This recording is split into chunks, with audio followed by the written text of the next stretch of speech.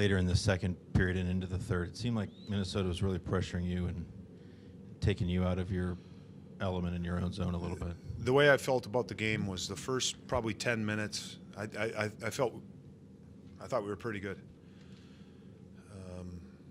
I think we had given up one shot up to that point, and I think the penalties took us out of rhythm. They scored a goal, and we got flat there. And the second period, I think we started that way. They were skating, and we needed a spark, and I think we got the spark from Dubinsky's line, the three of them. They had a couple shifts in the offensive zone, and they had that big scramble out front of the net. And to me, that was the spark that we needed. How much does 500 mean to you? Not the winning percentage, just psychologically being back at square even heading into next year. We talked about it a while ago, about getting back to 500. And we had an opportunity a couple games ago when we lost to Nashville, I think right before Christmas. And it's a credit to the guys. Where we were at, I don't know how long ago, a month and a half ago, whatever it was, when we were sitting at, 615 and whatever we were. That's a big hole. And to get back to 500 is a good accomplishment where we're at. But now we can't just be satisfied with it. Again, we talked about it in the room. This is what we want to get to, where we want to get to. We've done that, but now we gotta push for more now.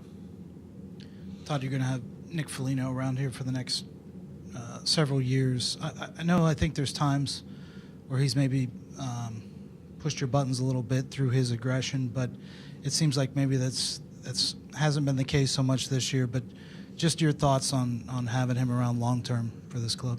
It's great for both sides. It's great for Nicky. You want to see guys do well, both on the ice and off the ice, and he's earned it. And obviously you can see how the club feels, how we all feel about Nicky and what he provides this organization, what he does for this team. And it's just one less thing that probably he has to worry about and we have to worry about, and those things are good.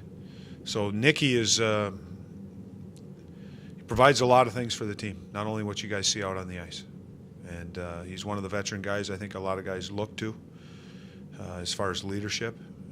He's been around, so he understands what needs to be done at certain times.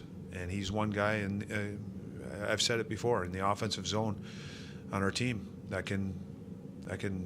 He's strong enough to make a play. He's skilled enough to make a play. Todd, Connaughton comes in. He has 3 points Saturday. Comes in tonight, 2 more points. I mean, how impressive is this performance and what he's bringing right now? He's done a great job for us since he's come in, and you can see confidence. He had a turnover in the third period, but other than that, you can see he had a rush in the second period. He picked the puck up behind our net and skated down the ice, and that's one thing that he's provided our back end is a guy that can go back, pick up a puck, and carry it the length of the ice. Skated out of trouble and make plays. So he's been, the way he's playing right now, obviously he's been a great addition to our team. The first 2 goals scored by defensemen. How big over the last 10, 12, 14 games has the defense been for the success of the club that you're seeing as far as those guys stepping up and doing what they need to do? Well, we need contributions from everywhere. And, tonight we got it from defensemen, and I don't know off the top of my head.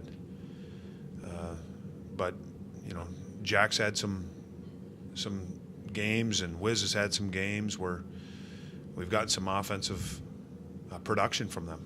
And when you're missing some key guys up front, and there's injuries in your lineup, you need other guys to step up, and our defensemen have done that as far as the production offensively.